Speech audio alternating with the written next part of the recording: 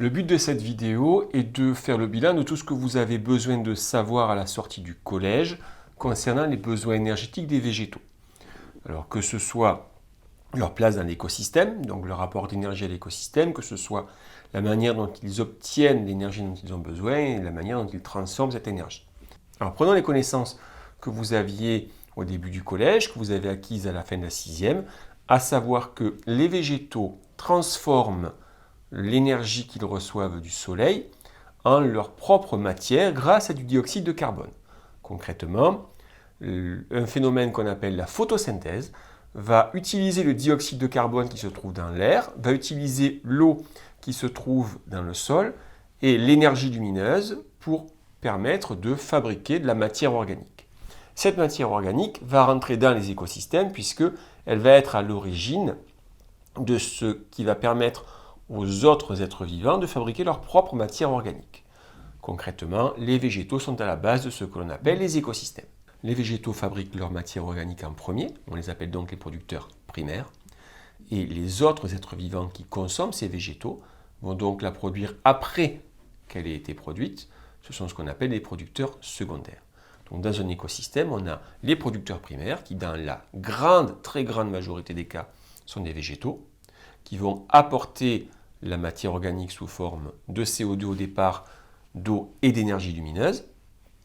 Et cette matière organique va rentrer dans l'écosystème et être consommée par les autres êtres vivants, qui seront donc des producteurs secondaires.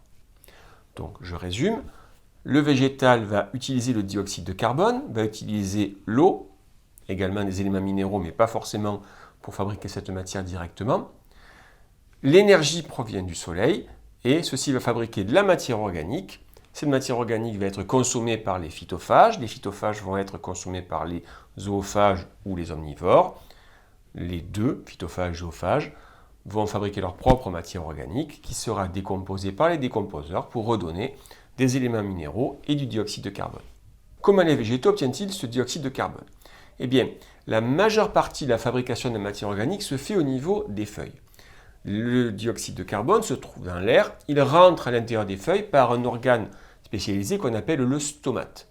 Ce stomate va faire rentrer le dioxyde de carbone, il va être aussi le lieu où l'eau va être éliminée.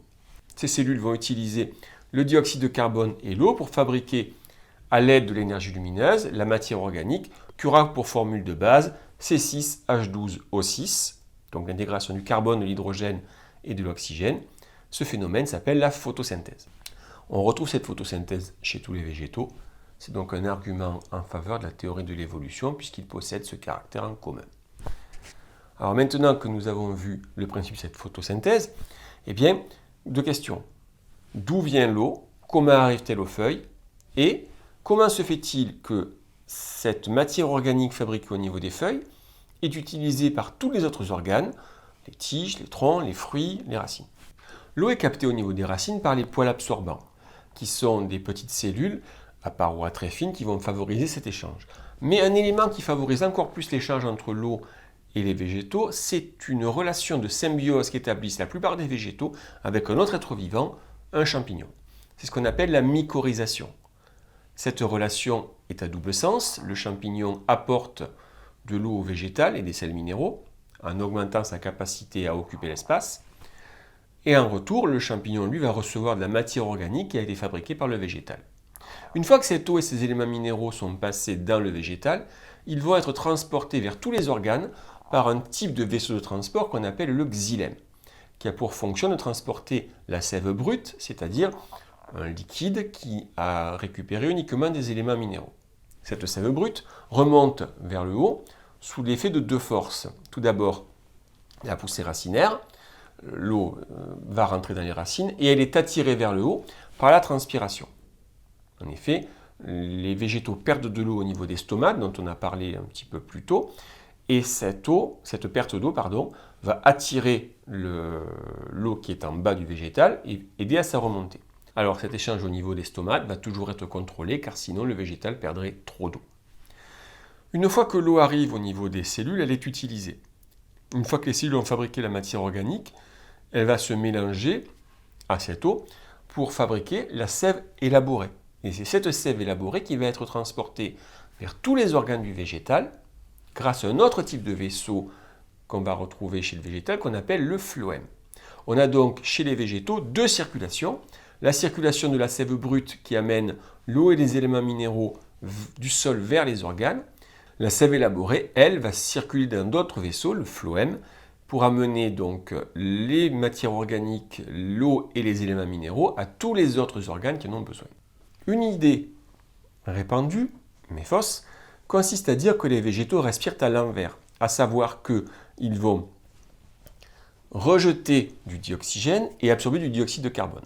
Alors, ce n'est pas exact. En fait, les végétaux et les animaux possèdent le même mécanisme qu'on appelle la respiration. Alors, vous avez appris au collège que la respiration, dans un premier temps, c'était une alternance d'inspiration et d'expiration. Puis, vous avez appris qu'en fait, c'était un échange de dioxygène et de dioxyde de carbone. En fait, au niveau cellulaire, la respiration, c'est lorsqu'une cellule va absorber du dioxygène, va utiliser des nutriments avec ce dioxygène pour transformer l'énergie contenue dans les nutriments en énergie utilisable. Et ce mécanisme va s'accompagner du rejet de dioxyde de carbone. Donc ça, c'est commun aux animaux et aux végétaux. Mais les végétaux ont une caractéristique supplémentaire, c'est qu'ils vont être capables d'utiliser le dioxyde de carbone pour fabriquer la matière organique. Et cette matière organique sera après utilisée dans la respiration. Donc ce phénomène, c'est ce qu'on appelle la photosynthèse. C'est un mécanisme qui est au niveau cellulaire. La respiration, c'est aussi un mécanisme qui est au niveau cellulaire. Autrement dit, tout le reste de ce qu'on a étudié, tous les mécanismes au niveau de l'organisme, ont un objectif, c'est apporter à la cellule les éléments dont elle a besoin pour faire la respiration, et dans le cas des végétaux, pour ajouter la photosynthèse. Alors si vous avez bien entendu ce qui vient d'être dit, vous apercevez d'une chose, les végétaux produisent du dioxygène, les animaux et les végétaux utilisent du dioxygène. Eh bien, il faut savoir qu'à l'origine, il y avait très peu de dioxygène dans l'atmosphère. Et c'est justement la mise en place de cette photosynthèse qui est à l'origine de l'enrichissement de l'atmosphère en dioxygène et qui a permis la mise en œuvre de la respiration. Les mécanismes énergétiques sont donc communs aux animaux et aux végétaux. Ils se sont mis en place très tôt dans l'évolution. On peut supposer même au moment où se sont développées les premières cellules. On note aussi que cette mise en place de la photosynthèse a eu une interaction avec l'atmosphère, puisque sans elle, on n'aurait pas le taux de dioxygène que l'on connaît actuellement.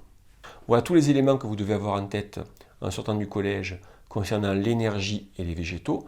On a même un petit peu débordé sur l'énergétique cellulaire. En quelques mots, que devez-vous donc retenir? Les végétaux fabriquent leur propre matière à partir de dioxyde de carbone, de lumière et d'eau. Ce mécanisme s'accompagne de rejet de dioxygène. Les végétaux captent le dioxyde de carbone grâce au stomate de leurs feuilles, qui est l'organe responsable majoritairement de la photosynthèse.